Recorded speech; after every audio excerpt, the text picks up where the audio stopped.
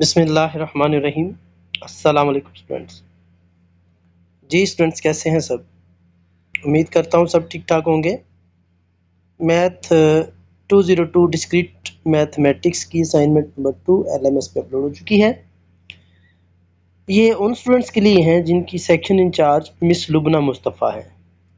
बाकी स्टूडेंट्स अपनी relevant section incharge की असाइनमेंट को अटेम्प्ट करें और सबमिट करें।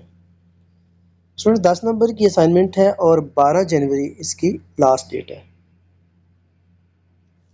फर्स्ट क्वेश्चन देखिएगा। फर्स्ट क्वेश्चन में कह रहा है prove कंट्रा positive of the statement. कंट्रा positive में क्या होता है कि आपकी जो पहली स्टेटमेंट होती है उसको भी निगेट करना होता है और दूसरी को भी निगेट करना होता है। ठीक, यानी negation of conclusion M is not odd, दूसरी का निगेशन आड। अगर आड है तो हम इसको निगेट करेंगे तो ये होगा कि आड नहीं है बल्कि इवन है। ठीक है, और पहली का निगेशन क्या होगा कि ये इवन नहीं बल्कि आड है। सो इसका फाइनली जो निगेशन होगा वो हम ये रखेंगे कि 2n² - 2 is odd then m is even. ठीक है,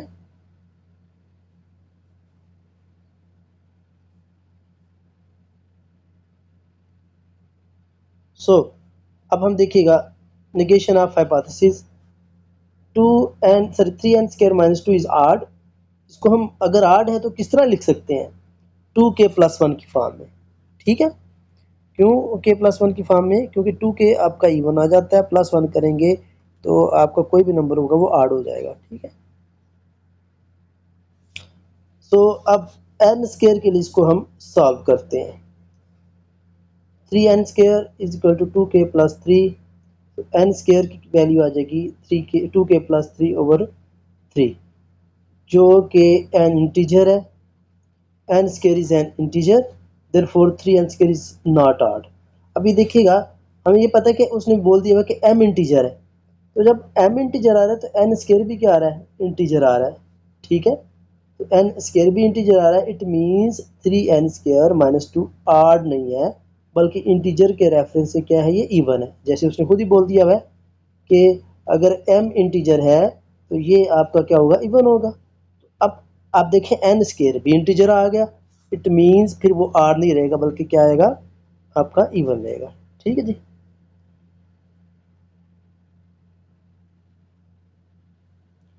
Since negation of the hypothesis lead to a contradiction, our assumption is odd must be false। ठीक है, तो फिर जो हमारी assumption है वो false हो गई। तो लिहाजा यही हमारा आंसर है, 3n² is odd then m is even, providing the contrapositive of the original statement। ठीक है जी, तो ये आपका contrapositive दे रहा है जो कि false है, true नहीं है। पहली जो आपकी स्टेटमेंट है वही true है। अब GCD फाइंड करना है जी 105 का और 56 का। तो बहुत सिंपल सा तरीक़ेकार है। इससे पहले आपने अर्लियर छोटी क्लासेस में भी सीखा हुआ है वो डिवाइड करके, लेकिन अगर हम फार्मूले की शेप में देखें तो वो ये आएगा B + R आपका रिमाइंडर है, B2 नंबर्स हैं। ठीक है जी, और Q आपका क्वोशंट है।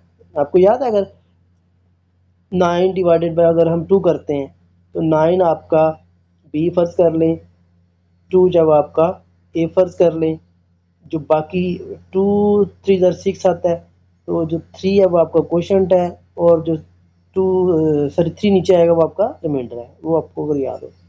फाइनली इसका फार्मूला ये होता है, ये हमने यहाँ पर लिखा हुआ है। ठीक है, 105 इसमें से जो बड़ा नंबर होता है वो हम लेंगे।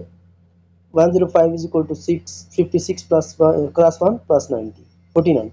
तो ये स्टेप हम करते जाएंगे तब तक जब तक यहाँ पर ये 0 नहीं आ जाता। जब ये 0 आ गया तो जो फाइनल आपका होता है वही आपका GCD होगा।